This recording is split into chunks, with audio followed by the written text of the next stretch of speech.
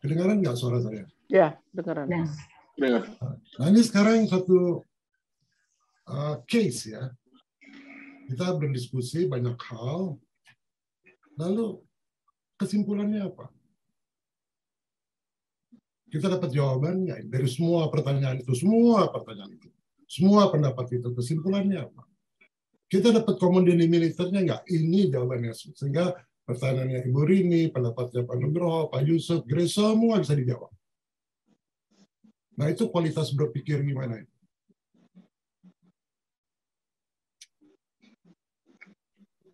Tinggi, Prof.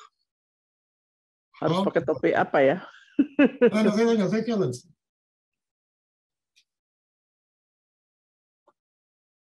Suatu kualitas berpikir tinggi itu, kalau dianggap tinggi, itu dapat karena ada informasi, kan? Betul? Ya. Dan informasi itu kita harus baca dengan cerdas. Saya ambil contoh nih ya. Pak Nuk kan barusan kirim dari Urantia. Pak Nuk menuliskannya gini nih ya. Ini kata-kata Pak Nuk. Perjuangan maju menghasilkan stres. Terkena stres yang makin tinggi. Ya. Humor dan relaksasi adalah suatu kebutuhan. Oke, sekarang kita baca papernya. Urantia Live. The needs for relaxation and diversion, the needs ya, for the relaxation and diversion of humor, relaxation and diversion of humor is greatest in those order of excellent being, orang yang mau naik ya, who are subjected to sustain stress in their upward struggles. Nah, kita bacanya harus hati-hati. Jadi jangan kita lihat ada kata stres di situ, oh ini stres. Karena kata-katanya itu sustain stress. Sustain stress itu artinya apa? What is sustain stress? Meaningnya. Sustain stress is one of the primary stress caused by weight and pressure, internal and external. Yang eksternal itu kan difficulty, betul? Yang internal kan hambatan. Ya, this stress is present, guys, saya ambil contoh the piping system throughout the plant operating life. Oke. Jadi yang tulis Pak Nugroho itu, sustain stress itu jadi apa? Itu stresor, bukan stres. Ini kita sering bingung antara stres sama stresor. Ketika ada kata stres, kita itu sustain stress itu stresor. Jadi, excellent being itu dan kita semua kan selalu mendapat stresor, betul nggak? Respons kita itu, betul yang disebut itu stres, level stres kita. Itu dulu clear nggak itu? Nah, saya tanya nih, clear nggak? Kalau nggak, saya nggak bisa lanjut. Ya, clear, Pak. Stresor itu selalu ada. Itu dulu, pahamin dulu. Itu nggak bisa dicegah. It's given. Seperti Pak Nugroho bilang, it's nature. Respons kita itu sama dengan level of stress. Itu dulu. Betul nggak, Bu Rini? Definisi. Stress itu kan suatu respons. Iya. Kalau yang difficulty itu selalu ada. It's given. Apalagi kalau kita kan struggle. Ya, it's given. Tapi kalau kita biarkan itu stresor datang, ya kita mati. Tidak dikelola maksudnya gitu ya, baik internal Oke, kalau gitu. Kelolanya bagaimana? Kalau Pak Nuk bilang kan stres itu perlu. Kalau stresor itu yang fitrah itu bukan stres. Yang fitrah itu stresor. Itu dulu, pemahamannya dari situ dulu. Iya. Oke, ada 4 stresor. Apa stresornya itu? Saya mau mencoba semua pertanyaan kalian, ya, semuanya saya mau coba satu persatu ini. Ya. Internal. Sebentar, stresor itu ada 4. Sekarang kan sudah disampaikan. Pertama dari lingkungan.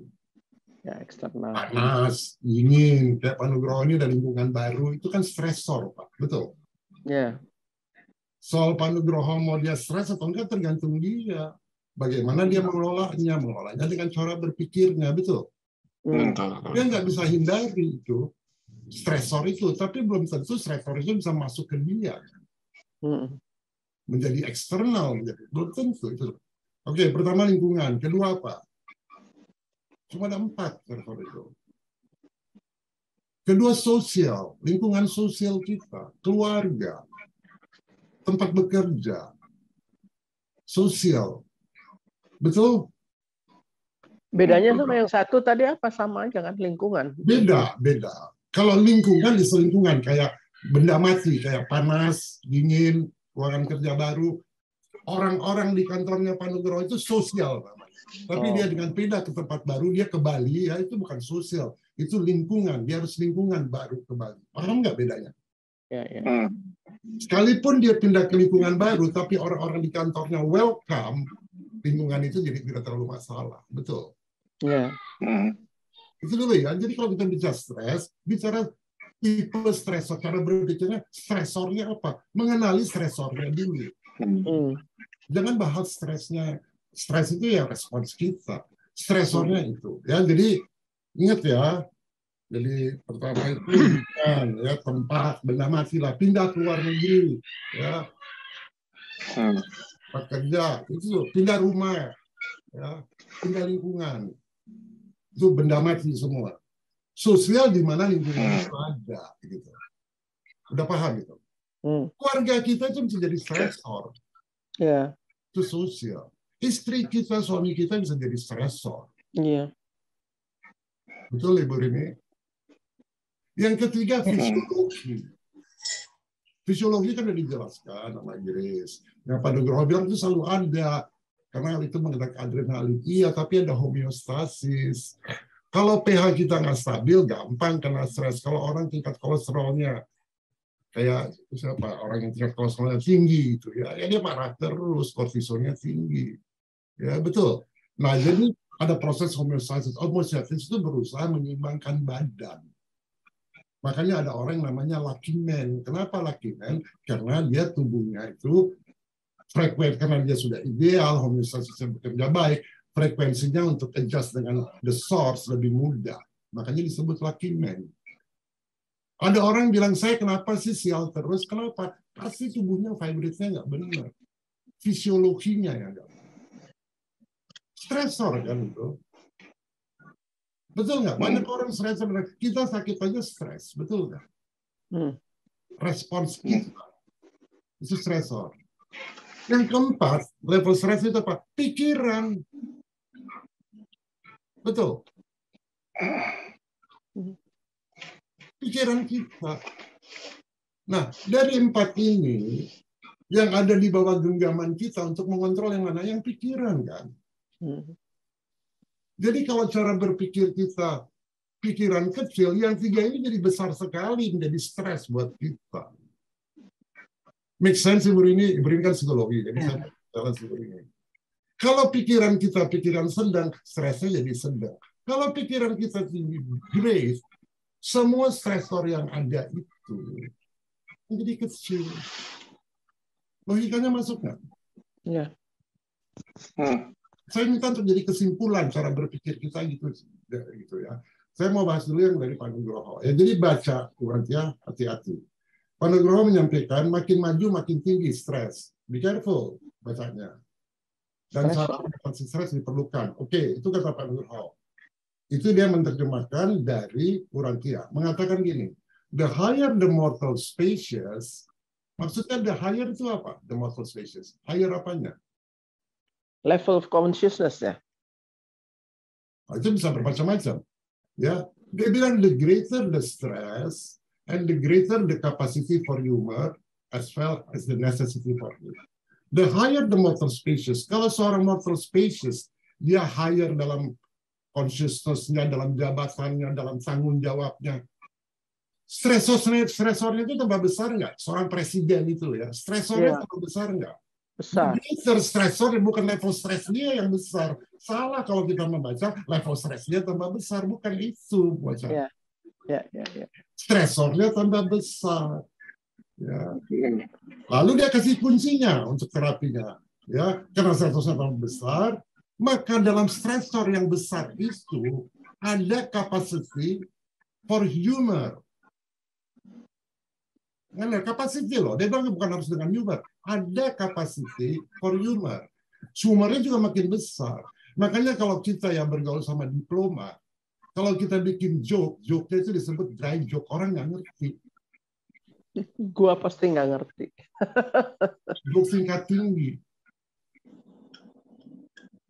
Joke-nya bukan namanya, kalau komedi itu slapstick. Pernah dengar nggak slapstick komedi?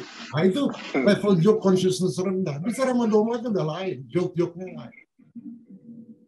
Ya. Oke. Ini Pak Nugroho nyampaikan lagi. Perjuangan evolusioner, kenapa saya bacakan? Karena Pak Nugroho kan mengirim ke kita supaya kita baca. Jadi saya mau kasih tahu cara bacanya gimana. Dia bilang gini, relation of adjuster to universe creature. Relation antara adjuster sama kita. Betul nggak?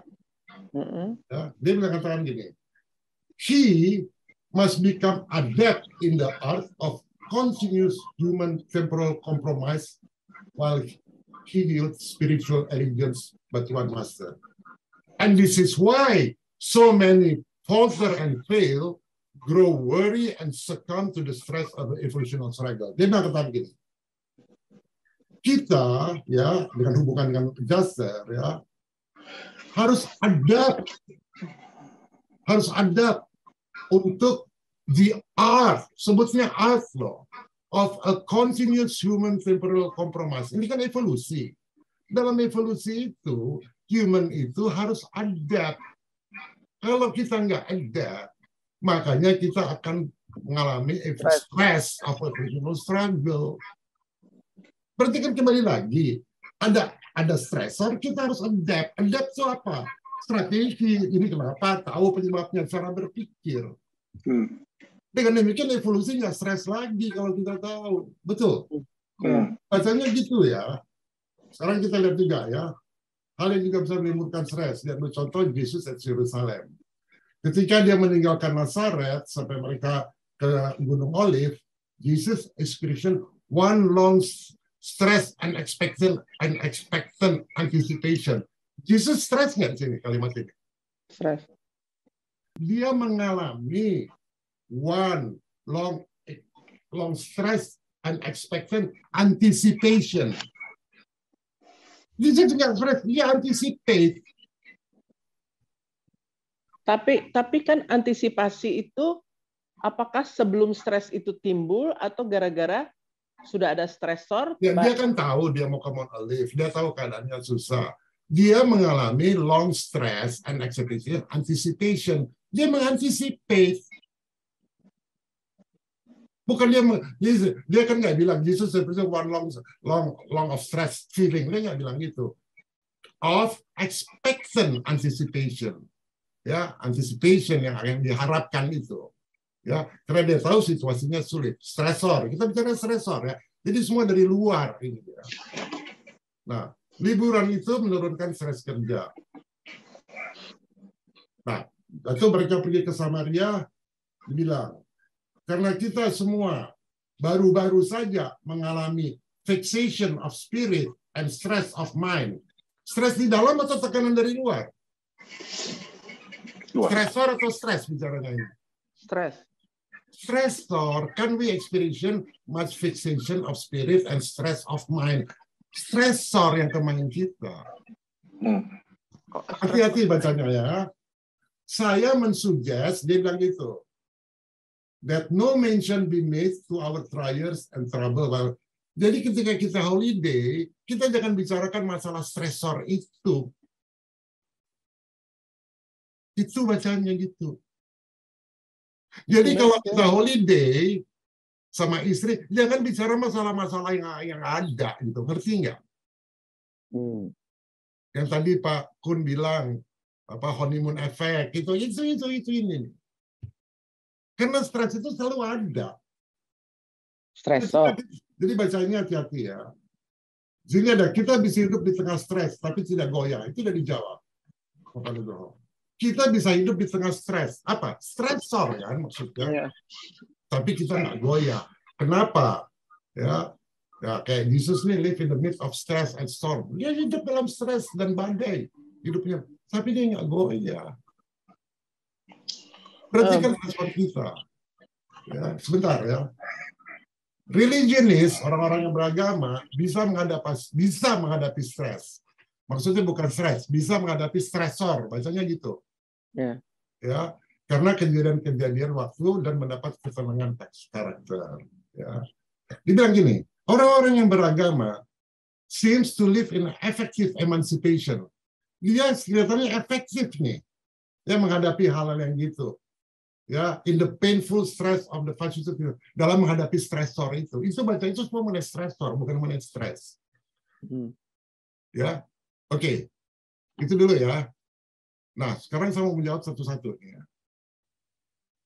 Pak Nuk kemarin mengatakan minta diskusi cara berpikir, bagus di grup kita ini masing-masing punya style berpikir yang berbeda.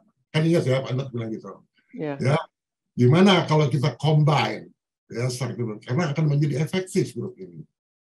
Nah, tadi kita lihat respons dari Pak Yusuf mengenai pendapatnya Pak Nugroho. Menurut Pak Nugroho, stres itu ada. Itu kan hanya kesalahan istilah aja. Sebenarnya stresor itu pasti ada. Ya, dan itu akan merangsang Pak Nuk untuk itu. Itu maksudnya Pak Nuk sebenarnya gitu. Pak Yusuf juga mengatakan stresor ada. Saya menyikapinya gimana? Kan itu bicara dua hal yang sama. Dua-duanya. Kan Pak Nuk juga bilang bagaimana kita tenang and so on. Jadi yang dibicarakan stresor, bukan stres. Understand? Nah, kalau sekarang itu dianggap antagonis, berarti ada dua panah yang seperti ini kan nggak akan ada selesainya. Betul nggak? Nah, sekarang dengan 6 cara berpikir kita masing-masing, kalau ini dianggap antagonis, pendapat Pak Yusuf dengan Nugroho, kita kan harus punya pemikiran yang lain. Betul nggak? Pakai topi merah, topi biru, topi hijau. Ngerti nggak? Kalau enggak, sering sekali ya kita lihat diskusi-diskusi di TV antara partai politik AB begini kan, kayak dua tanda pandang berlawanan. Ya. Tidak ada cara berpikir yang pakai 6 F. Sinergi. Ya, oke. Ya. Stres itu, gimana kalau lawan bicara kita bodoh? Atau tingkat kesadarannya rendah? Dilayanin nggak? Yesus sudah kasih contoh, kan nggak dilayani, nggak usah dilayanin. Ya, kalau lawan bicara kita lihat nggak usah dilayanin. Ya, oke. Stres ada di subconscious mind atau di tubuh? Itu pertanyaan Ibu Rini. Ada di dua-duanya. Karena kemarin dijelaskan satu jasad itu ada kaitannya dengan tubuh kita. Kan saya sudah jelasin organ-organnya. Misalnya jantung berdetak, adrenalin, stres ini begini. Itu ada research ya dari Dr. Greg Hammer, cek aja di internet ya. Ketika orang punya kanker di payudara sebelah kiri sama payudara di sebelah kanan, pertanyaannya, kenapa stresnya di payudara sebelah kiri bukan sebelah kanan? Karena jenis stresnya itu berbeda. Jadi ada relation antara jenis stres ya sama tubuh. Kalau dia punya kanker di payudara sebelah kiri, ya artinya emosinya adalah dia mempunyai masalah dengan tentang anak kandungnya, dia pikirin mengenai anak kandungnya, atau dengan ibunya, nggak ada masalah lain. Itu aja. Kalau di sebelah kanan, dia punya masalah orang sama suaminya atau sama bapaknya. Nggak ada lain. Itu riset dari Dr. Greg Hammer. Nah, sekarang riset itu kan emosi. Emosi memang bisa dilihat. Oh, kalau kiri itu karena anaknya, kalau kanan karena ibunya, kalau kanan karena suami. Dilihat di otaknya, waktu otaknya di MRI, itu ada tanda lingkaran.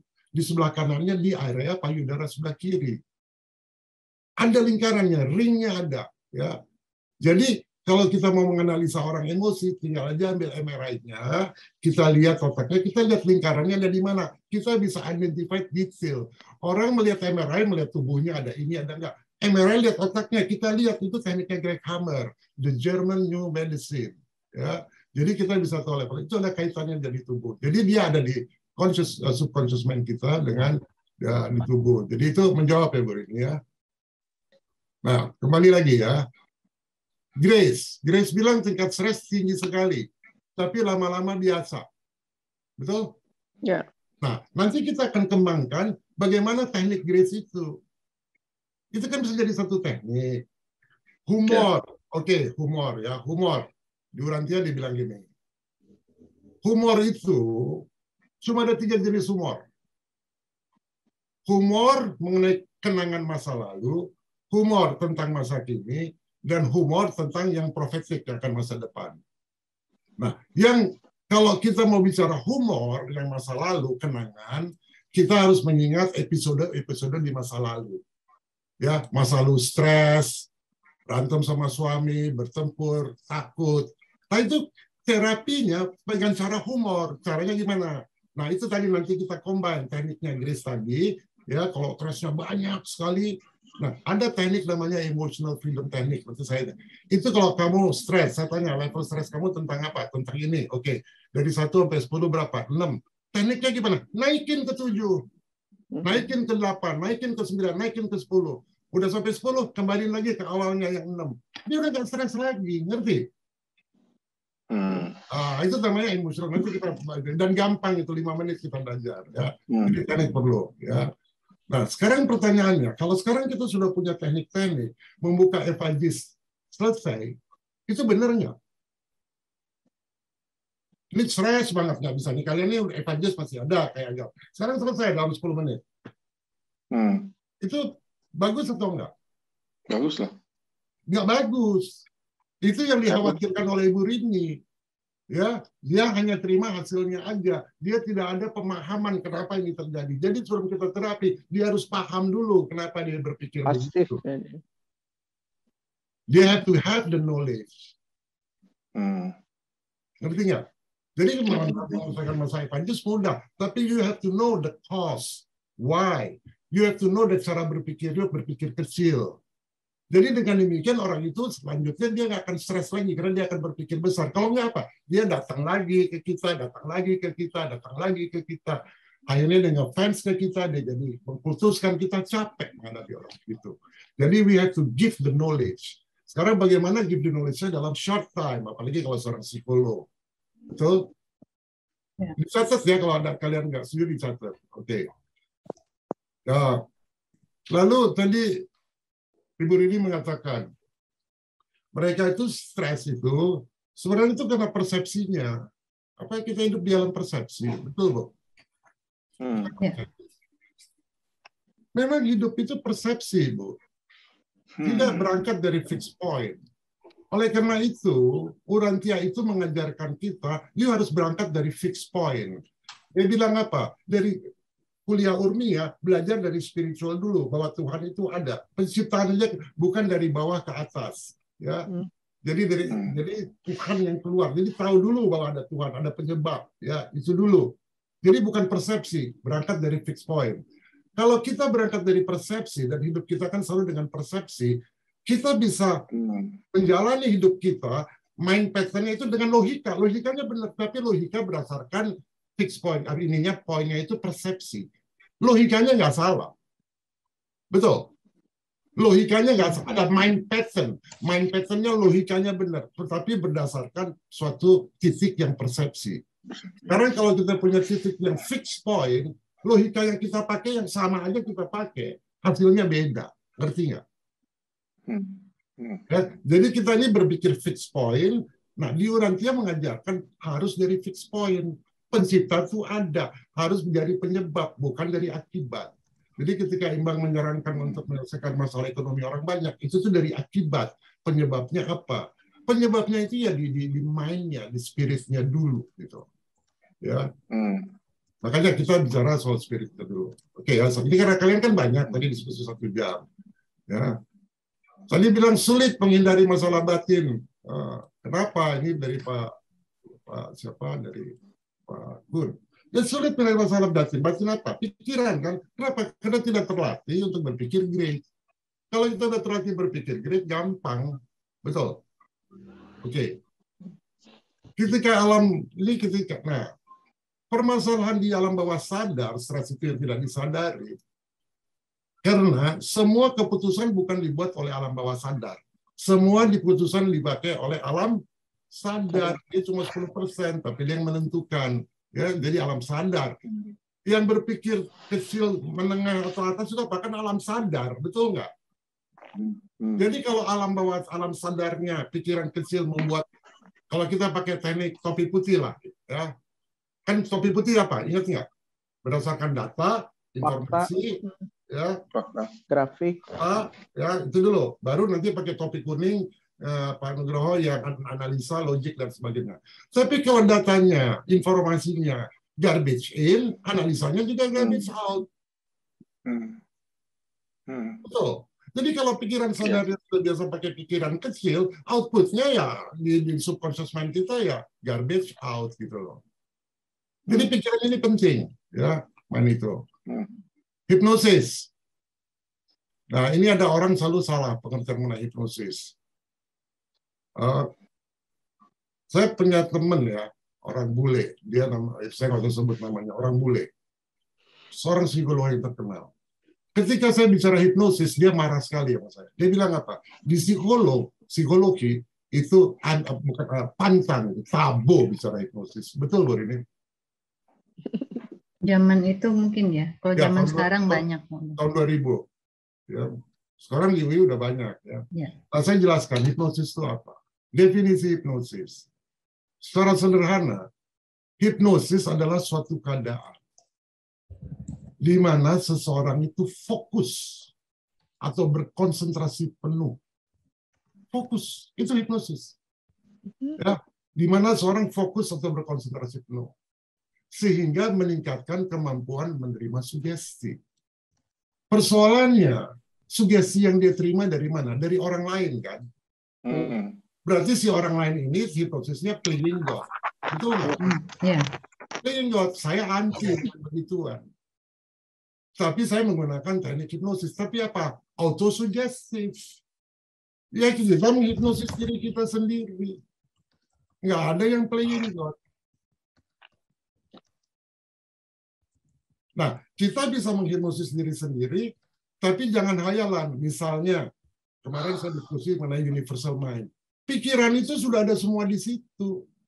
Kita tinggal pakai proses cara berpikir kita sehingga menghasilkan suatu pemikiran. Saya menghipnosis diri suatu pemikiran sehingga terbentuk satu sirkuit. Saya bisa download. Meditation itu kan juga hipnosis, self-hypnosis. Ya, artinya, jadi self-hypnosis definisinya bagaimana seseorang, keadaan di mana seorang fokus atau berkonsentrasi penuh. Itu definisinya. Tapi kita bilang ada seorang yang dihipnosis, ada yang dihipnotis. Ya, jadi kalau itu saya tidak suka. Nah, mengeluarkan evangelis gimana? Ya pakai teknik. Ada tekniknya katarsis, ada tekniknya emotional freedom teknik. Nanti kita share. Oke, kemarin ada pertanyaannya Agam. Ya, di Morontia itu ada dunia Morontia, ada stres nggak? Saya bilang ada. Memang ada kan, Penuh? Kenapa ada? Karena ada mota. Mota itu adalah falsafah tertinggi di dunia, tapi terendah di alam Morontia. Pertama kali kita mati, waktu di alam Morontia kita diajarin mota dulu. Yang diajarin apa? Yaitu hambatan, difficulty, ngerti nggak? Berarti ada stres di situ. Stresor, ada stresor, ngerti nggak? Makanya ada mota. Ngerti nggak kenapa saya bilang jawabannya karena ada mota? Karena di mota ditulis. Bagaimana menghadapi difficulty. Dia bukan bicara di dunia, dia bicara di situ. Ada difficulty loh. Nanti kamu juga punya hambatan loh. Buktinya Lucifer aja kan ada hambatannya, betul? Itu ada. Ya. Nah sekarang dia udah kasih tahu jawabannya ya di Morontia, kasih tahu kunci jawabannya itu. Sekarang diturunkan oleh Oriental Book ya kita pakai itu. Ya. Jadi ada jawabannya. Ya. Nah. Problemnya, kalau stresor itu kita biarkan, kenapa saya minta stresor itu kalau bisa kita bikin 0 supaya kita nggak stres. Karena kalau kita biarkan, yang terganggu apa kita? Pertumbuhan dari bayi kita yang namanya soul. Pikirin itu. Soul kita bisa growing nggak? Terhimpit bonsai ya. Bonsai. Itu yang dikatakan oleh Pak Tevan. Ingat Ibu Dewi, Pak Tevan ngomong gitu. Makanya lingkaran-lingkaran psikis itu membuat soul kita bonsai. Lingkaran psikis itu kan stresor yang kita biarkan masuk. Nah, tapi kalau kita sudah mengatasi stresor itu sampai level 3, udah aman kita. Jadi, stres itu kalau bisa kita bikin yang maksimum, kalau skalanya 7 ya kita bikin maksimum 10, kita bikin maksimum 3 aja. karena kita sudah dapat guardian angel. Ya. Lalu orang stres itu juga kenapa? Karena dia miskin rasa, miskin indera. Kalau dia hanya pakai 5 indera, ya. Sekarang kalau kita dikasih intuition, kita stres lagi nggak? Berkurang kan? Stresor itu bisa kita atasi. Pernah dengar kata-kata sensorium? Pernah dengar? Sensor. Kayak laboratorium, auditorium, ini namanya sensorium. Itu yang ngasih tahu saya satu Jasser itu. Nanti kita cek apa itu. Tahun 2007 saya dapat itu ya. Oke. Lalu di Urantia Book, Grace kan bilang, pasti ada caranya. Tadi caranya saya udah bilang tadi, emotional freedom technique. Doa itu juga cara untuk keluar dari stres. Dibilang kan, kita pernah diskusi, doa itu hanya efek psikologis semata. Betul Pak Nuk kan dia bilang gitu. Untuk keluar dari rutinitas. Ya, it's okay dia bilang itu ya. Jadi berdoa it's okay kalau kita stres ya. Dan itu hanya efek psikologis dan humor. Nah, cara humornya gimana? Humornya kita pakai di teknik healing. Nanti ya, kita pakai di teknik healing ya. Oke, tadi Ibu Rini juga mengatakan ada tes psikologi. Dia nggak merasa stres, tapi ketika dites level stresnya besar banget. Grace juga pakai Holter. Dia nggak merasa stres, tapi waktu pergi rasa stres banget. Pertanyaan saya, kalau orang ada stresor dan dia nggak merasa stres, bagus nggak? Nggak bisa dikendalikan. Pak Kun bilang bagus tuh, dia ngangguk kepala. Kenapa Pak Kun? Idealnya seperti itu. Jadi walaupun stresor besar sekali, tetapi dia nggak merasa stres. Itu idealnya seperti itu. Oke. Grace ini, kakak saya, orangnya cepat lupa. Dia pernah dikasih stresor yang luar biasa, dia bilang, gue lupa tuh, enak lah hidup dia. Enak. Jadi Bu, kita jangan worry. Jadi dengan tes itu seharusnya orang itu besar, tetapi dia enggak, ya bersyukurlah. Kan Pak Imbang bilang, kita nggak menyamakan gebiah uyah setiap orang. Betul? Jadi ketika orang rumahnya terbakar, yang satu orang bisa bunuh diri, yang satu orang biasa-biasa aja. Lupa lagi dia rumahnya terbakar. Kan enak kayak begitu. Produktif nggak dia? Lebih produktif mana? Nah, kayak Grace, waktu dia cek, dia mau ke rumah sakit, stresnya tinggi, darahnya naik. Kan naiknya juga cuma sesaat, ada homeostasis, akan kembali normal. That's normal. Begitu kamu sampai di rumah sakit, ngomong sama pasien, kamu udah happy lagi. Maybe stresnya karena this is a long way, ya, mesti 6 jam. Cuma itu aja. Itu normal aja. Ya. Oke. Jadi tes psikologi ya. Tadi Pak Yusuf pemikirannya tadi, kalau saya punya masalah, saya cari akarnya dulu. Itu kan cara berpikir yang great. Betul? Nggak langsung respon, nggak langsung react. Dia respons. Respons itu ada jeda. Dan jeda ini akarnya apa ya? Oh, akarnya begitu ya. Sudah, selesai. Nah, jadi kalau kita ada satu situasi, kita jangan bereaksi, tapi respons. Ada bedanya aksi dan reaksi dengan stimulus dan respons. Itu tadi kesimpulan yang tadi, saya menyimpulkan itu. Terjawab semua nggak kalian masing-masing?